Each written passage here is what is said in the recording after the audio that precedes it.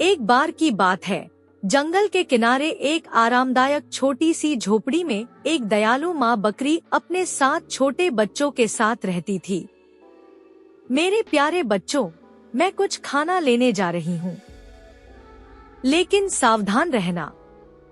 एक दुष्ट भेड़िया पास में घूम रहा है। कर्कश आवाज और काले पंजे वाले किसी भी व्यक्ति के लिए दरवाजा मत खोलना।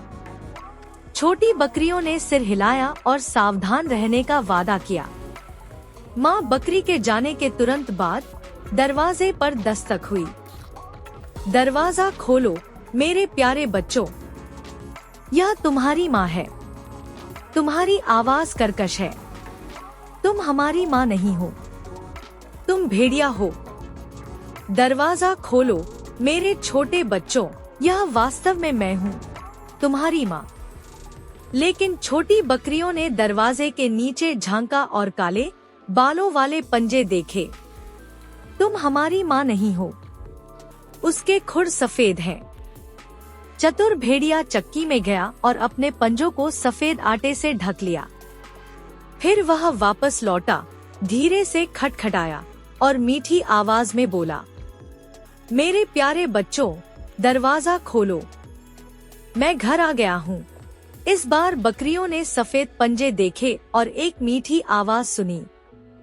उन्होंने दरवाजा खोला और बड़ा बुरा भेड़िया अंदर घुस आया। छोटी बकरियां चीखने लगी और छिपने के लिए इधर उधर भागने लगी, बिस्तर के नीचे, अलमारी में, पर्दों के पीछे। लेकिन भेड़िए ने उनमें से 6 को ढूंढ लिया और उन्हें खा लिया। केवल सबसे छोटी बकरी दादाजी की घड़ी में सुरक्षित रूप से छिप गई। बाद में माँ बकरी घर लौटी। उसने दरवाजा खुला पाया। घर अस्त व्यस्त था और केवल उसका सबसे छोटा बच्चा रो रहा था। माँ, भेड़िया आया और मेरे भाइयों और बहनों को ले गया। माँ बकरी बाहर भागी और भेड़िए को एक पेड़ के नीचे सोते हुए पाया। उसका पेट गोल और भरा हुआ था। उसने सावधानी से कैंची से उसका पेट काटा और 6 छोटी बकरियां सुरक्षित और स्वस्थ बाहर निकल आईं।